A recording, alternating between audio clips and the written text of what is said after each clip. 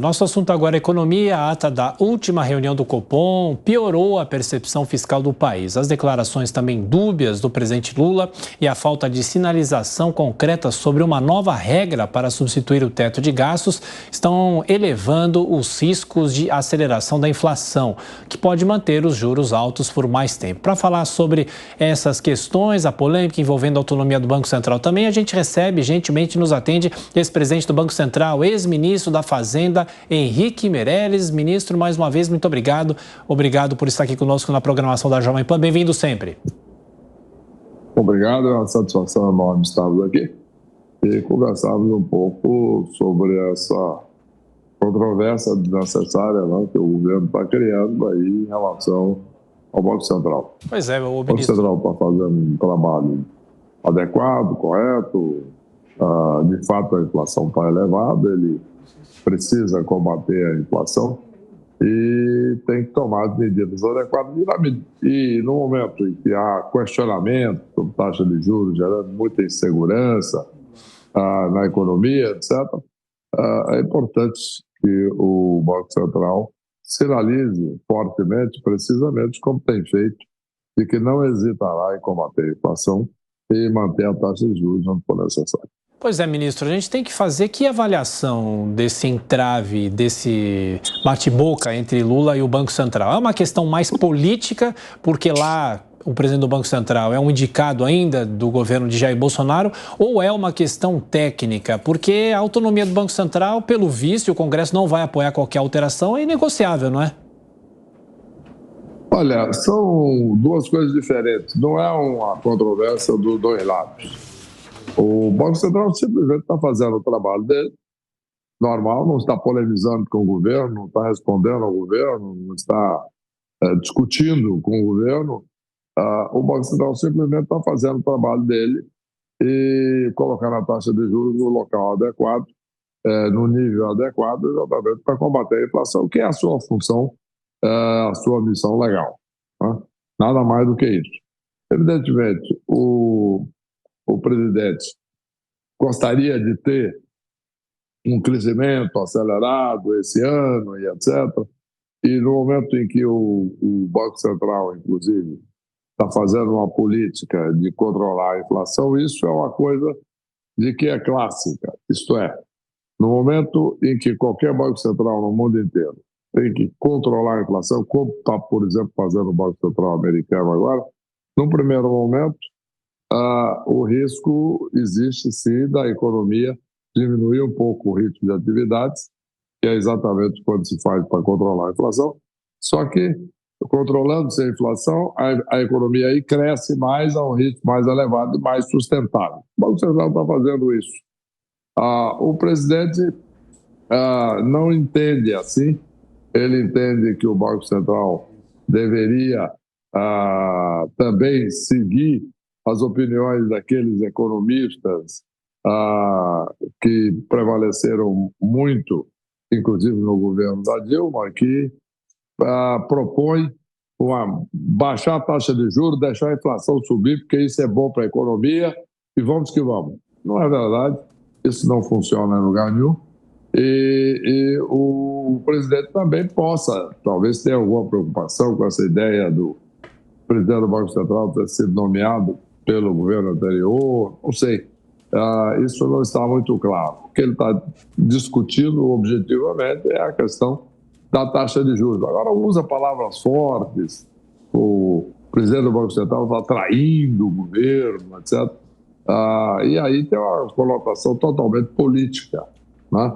É que é normal, o presidente da República é um político eleito, enquanto o presidente do Banco Central não, é um presidente de uma instituição aprovado pelo Senado Federal, como tem o presidente do Supremo Tribunal, tem o presidente do Tribunal Superior Eleitoral, o presidente do TCU, são instituições do Estado, não instituições de um governo específico.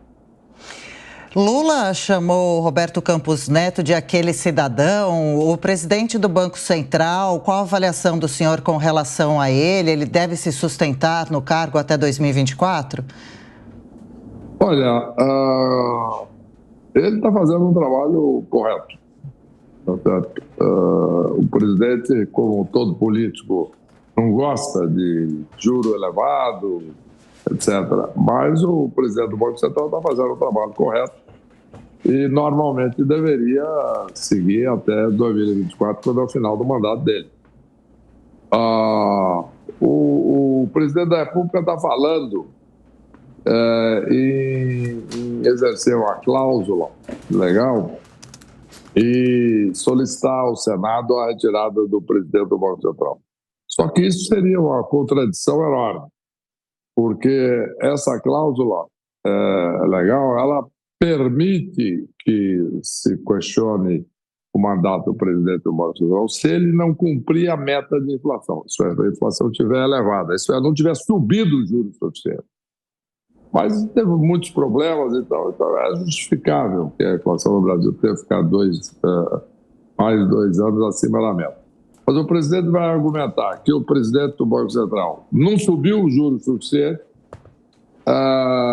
e que, portanto, a inflação está abaixo da meta. Em função disso, ele vai pedir a remoção do presidente do Banco Central, quando, ao mesmo tempo, ele está atacando o juro alto. As duas coisas não batem, tá certo? Sim. Então é uma argumentação muito frágil, para dizer o mínimo. Agora, é uma discussão política na medida em que será discutido com o Senado Federal. Ministro, o senhor acha que o governo está demorando para divulgar as novas bases da âncora fiscal? Porque tem também a discussão sobre a reforma tributária. O senhor acha que o anúncio do governo tem que ser feito antes do início do debate da reforma tributária? Não, são duas coisas completamente diferentes. A reforma tributária, ela reforma toda a estrutura tributária do país.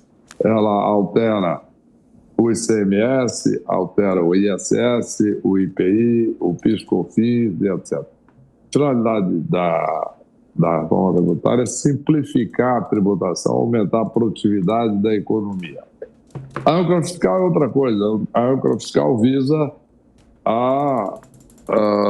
controlar as despesas públicas, substituindo agora o teto de gasto, que também tem essa finalidade. Portanto, são duas coisas diferentes. Uma coisa é simplificar a estrutura tributária para a economia crescer mais. A outra coisa é limitar as despesas públicas para exatamente a dívida pública não subir em excesso e o país poder crescer, gerar emprego e renda. E também, presidente, qual impacto pode ter a correção da tabela do imposto de renda que Lula pretende fazer de isenção para até 2 salários mínimos? De novo, é toda uma questão fiscal, né? O governo tem incluído aí um pacote de gastos muito grande e para contrabalançar isso, o ministro Haddad apresentou aí um programa fiscal, etc., inclusive com aumento de arrecadação e corte de algumas despesas.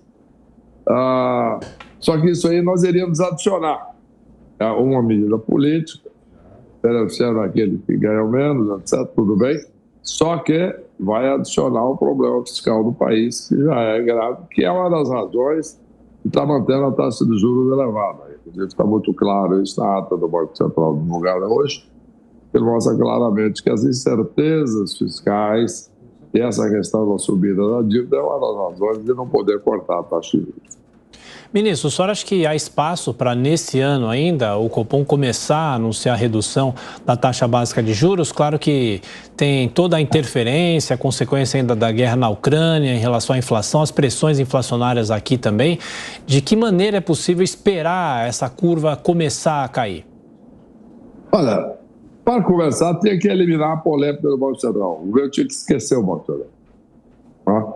Deixar o Banco Central fazer o seu trabalho. Convencer a economia, os agentes econômicos, de que o Banco Central vai conseguir controlar a inflação. Um dos aspectos muito importantes da inflação é exatamente a chamada expectativa de inflação.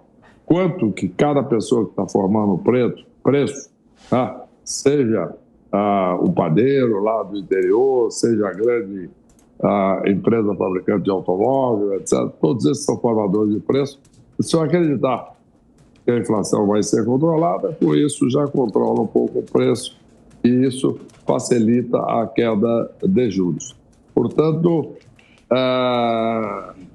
o Banco Central, na medida que o Banco Central possa sair do noticiário, facilita isso e facilitaria a própria queda de juros. Mas, para isso, deveria esquecer o Banco Central, deixar o Banco Central fazer isso. Conversamos com o ex-ministro da Fazenda, ex-presidente do Banco Central, o doutor Henrique Meirelles. Muito obrigado mais uma vez, ministro, pela atenção, pela gentileza. Até a próxima. Um abraço.